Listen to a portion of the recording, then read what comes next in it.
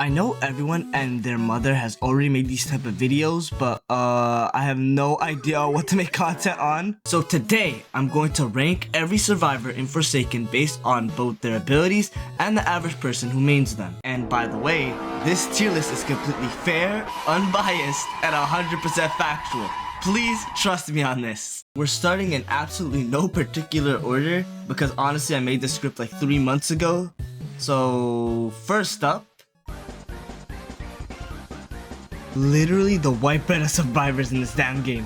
His entire kit revolves around running, hiding, or becoming a rock that delays your inevitable death by approximately 3 seconds. Let's be serious. There are only 2 types of noob players. The first type makes up like 95% of noob mains who are brand new, who just picked up the game like 10 minutes ago, and the other 5% of players who will literally make any killer log off, destroy their monitor, and report the noob for cheating. If you're a noob main, you're alright in my book. There's honestly nothing much else to say. He's boring but effective if used right. Average tier. Literally the sunshine of this entire game. Elliot mains will put their blood, sweat, and tears into keeping their teammates alive. The only problem, Elliot is so squishy and his team does not care about him whatsoever. Elliot mains will save your life 17 times, heal you back to full, sacrifice themselves for you, but their team will still not give the Elliot the light of day of saving. If you're an Elliot main, thank you so much for brightening everyone's day. You absolute superheroes. Go to tier. Originally, I was fully prepared to roast guest mains to oblivion before his rework, but after the rework, guest mains have genuinely earned my respect. Sure, he can't block everything anymore, but he's gotten a better push, landing punches slows the killer down, and successful parries give him 10 HP overshield that can be refreshed with another successful parry. Ever since the rework, his skill ceiling has increased massively, forcing guest mates to actually adapt and become better players.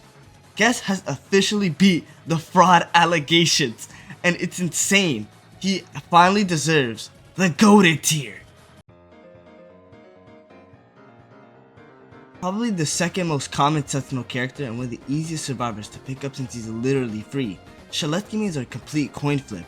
They're either absolutely amazing and make the killer's life a living nightmare, or they're also a new player that slowly learned the game just like a noob main. And that's honestly the entire character. 2 pieces of chicken that heal 40 HP each alongside a 3-second slash makes him simple, effective, and surprisingly punishable if you do miss your swing. He honestly deserves to be in pretty good tier. Millions and millions of nerfs the devs keep throwing at this man, he's still one of the best sentinels in the game. His backstabs still come out at light speed, and his crouch can be used both aggressively and stealthily. Going up against a pro 2-time player is an actual nightmare, I swear to God. They will somehow appear behind you, hit a backstab, and disappear into a different dimension before you can even react. Go to tier! The newest character in Forsaken, and honestly, she has a very simple but extremely strong kit. But if there are more than 4 Jane Does in your lobby,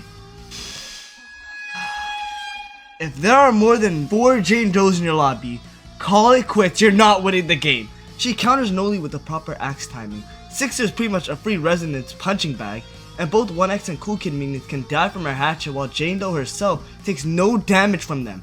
Slasher and Nosferatu and a really good John Doe are her only counters to Jane Doe players. Overall, she's an amazing borderline broken character, but the reason I'm not putting her any higher is because she relies on having other Jane Does around, and a good 95% of Jane Doe players whip their axe harder than Prime Guest. Pretty good tier. Yep, straight into her own garbage tier, no questions asked. Taph mains really only have 2 possible outcomes. The first outcome, which makes up like 99% of Taph players, are pretty much a free 30 seconds on the clock. And the second part, the 1%, are literally light Yagami in Forsaken form, playing 6-dimensional chess while everyone else is just playing Forsaken. Unfortunately, in most cases it is the first choice, let's be serious. Her traps are too predictable, her landmine spaces take approximately 10 trillion years to place, and even if someone steps into the traps, the killer can just sometimes just ignore it and can continue to just slaughter people. Sorry Taph mains, you can't convince me otherwise. Trash tier.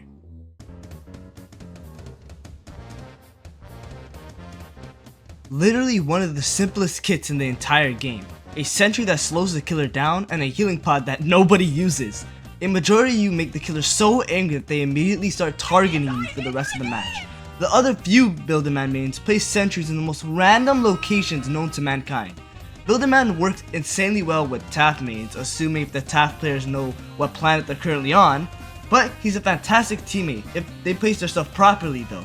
But he still heavily relies on a competent team, and if the sentry is destroyed, he's kinda cooked if the killer's hard targeting you. He deserves an average tier.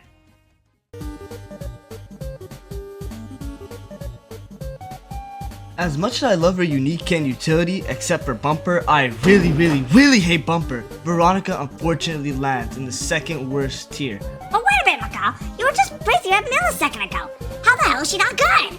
Simple. Hotfix 3.3.2 took Veronica from arguably the best survivor to the game to pretty much drove her mains to complete extinction. The nerfs were so bad that half of the community agrees that they completely gutted her.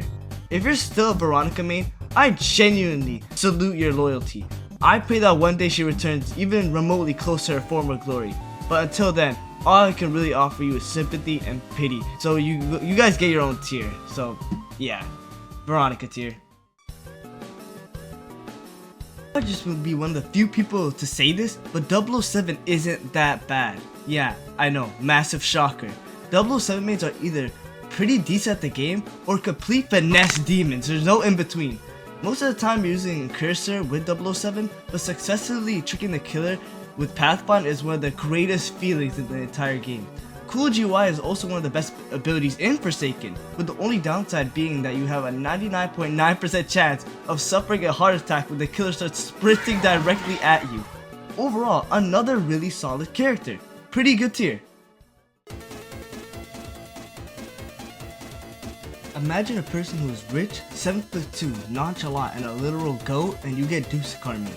But sadly, he is also the most forgettable character in the entire game, literally having 9.4 fans as of right now, including me, I'm not gonna lie. There are also two types of Dusekkar players. The first ones are disgusting XP farmers who use their every ability at once and then disappear to farm generators for the next 3 minutes. And the second ones are absolute legends who protect their team from danger until their last breath. These players are tied with Elliot for being the most targeted survivors in the game because if the killers don't eliminate them immediately, everyone else becomes immortal. Another reason why he's going to GOATed tier. Chance players are honestly amazing and rare sometimes. You rarely encounter a truly insane chance player, but if you do, pray that you're not the killer because the second you use an ability, they are going to quick scope you from across the map.